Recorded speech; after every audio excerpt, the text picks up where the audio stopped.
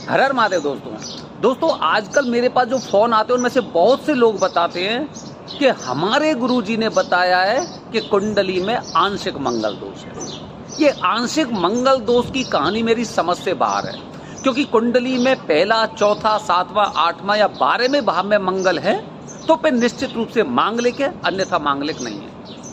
हो सकता है जो मंगल की दृष्टियां होती हैं, मंगल ग्रह की दृष्टि होती हैं चौथी, सातवीं और आठवीं, मतलब जहाँ से मंगल ग्रह बैठे हुए हैं वहाँ से चौथा, सातवां और आठवां भाव पे मंगल की दृष्टि होती है। और अगर इस तरह से देखेंगे कि कौन से भाव पे दृष्टि हो रही, तो हो सकता है कि हर इंसान इस दुनिया का मांगलिक होगा।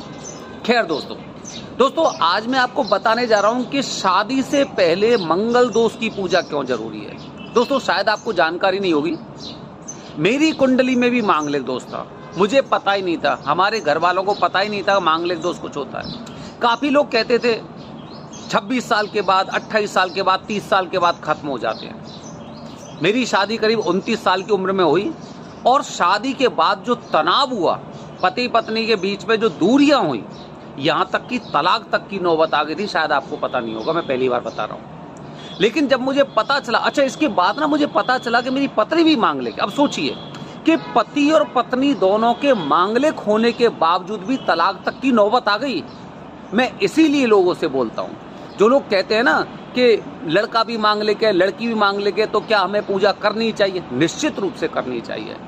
दोस्तों जब मुझे पता चला तो हमने सबसे पहले उज्जैन गए, क्योंकि उज्जैन एकमात्र स्थान है।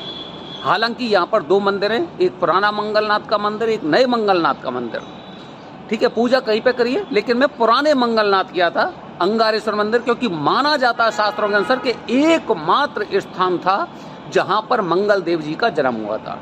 और जैसे ही पूजा करवाई, पूजा के बाद हमें उस पूजा का फल प्राप्त हुआ और भगवान मंगल देव की कृपा हम दोनों पे बनी रही और हम दोनों हमेशा के लिए एक दूसरे के बने रहे।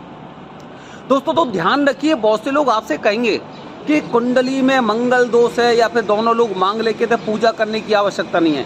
बिना पूजा के मंगल दोष खत्म नहीं होगा, ये बात आप ध्यान रखिए। और ये देखिए उज्जैन के पुराने मंगलनाथ मंदिर में किस तरह से पूजा हो रही, देखिए।